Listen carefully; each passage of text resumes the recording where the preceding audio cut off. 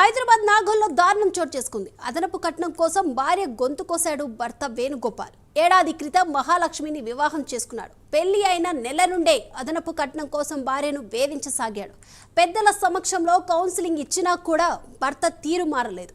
ఇదే క్రమంలో వివాదం జరక్క భార్య మహాలక్ష్మి గొంతు కోసాడు. బాధితురాలి పరిస్థితి విషమంగా ఉన్నట్లు తెలుస్తుంది. ఇక నాగోల్లోని సుప్రజ ఆసుపత్రిలో చికిత్స అందిస్తున్నారు. భర్త వేణుగోపాల్ని పోలీసులు అదుపులోకి తీసుకున్నారు.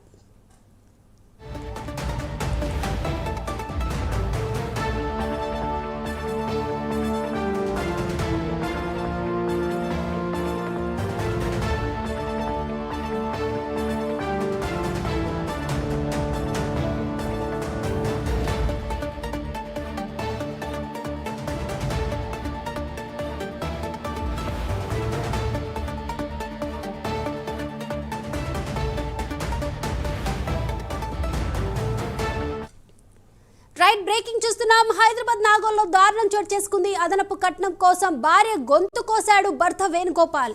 ఈ అంశానికి సంబంధించి ఓవరాల్ అప్డేట్స్ అందించడానికి మా ప్రతినిధి లిఖిత సిద్ధంగా ఉన్నారు. Likhita. Right, thank you Deepika. నాగోల్లోనైతే ఒక గృహహింస కేసు అయితే నమోదైంది. ఎంత దారుణం అంటే ఈ కేసును చూసుకున్నట్లయితే పెళ్లి అయిన నెల రోజుల నుండి కూడా అదనపు కట్నం కావాలంటూ ఈ యొక్క వేణుగోపాల్ అనే వ్యక్తి మహాలక్ష్మి అనే మహిళను సంవత్సరం క్రితం పెళ్లి చేసుకోవడం జరిగింది. పెళ్లి అయిన నెల నుండి తనకు అదనపు కట్నం కావాలంటూ కూడా ఆ అమ్మాయిని వేధిస్తున్న పరిస్థితి అక్కడ నెలకొంది. అంతేకాకుండా పెద్దల ముందు పంచాయతీ పెడితే మాత్రం మందు కొట్టడం, అంతేకాకుండా తాగి ఇంటికి వచ్చి అమ్మాయిని కూడా కొడుతున్న పరిస్థితులు. నువ్వు ఇలా 10 మంది ముందు నా పరువు తీస్తావా అంటూ కూడా ఆ మహిళను చాలా ఇబ్బంది పెట్టే ప్రయత్నాలు చేశాడు. అంతేకాకుండా ఆమెకు వేరే వ్యక్తులతో సంబంధాలు ఉన్నాయి, ఎక్కువ ఫోన్ చూస్తుంది అంటూ కూడా ఆరోపణలు చేసే ప్రయత్నం కూడా చేసినట్లుగానైతే ఆ యొక్క స్థానికులు, కుటుంబ సభ్యులు చెప్తున్న పరిస్థితి కనిపిస్తుంది. ఇదే విధంగా ఈ యొక్క గొడవలు ముదిరి ఈ రోజైతే అతను తారాస్థాయికి చేరిందని చెప్పుకోవచ్చు.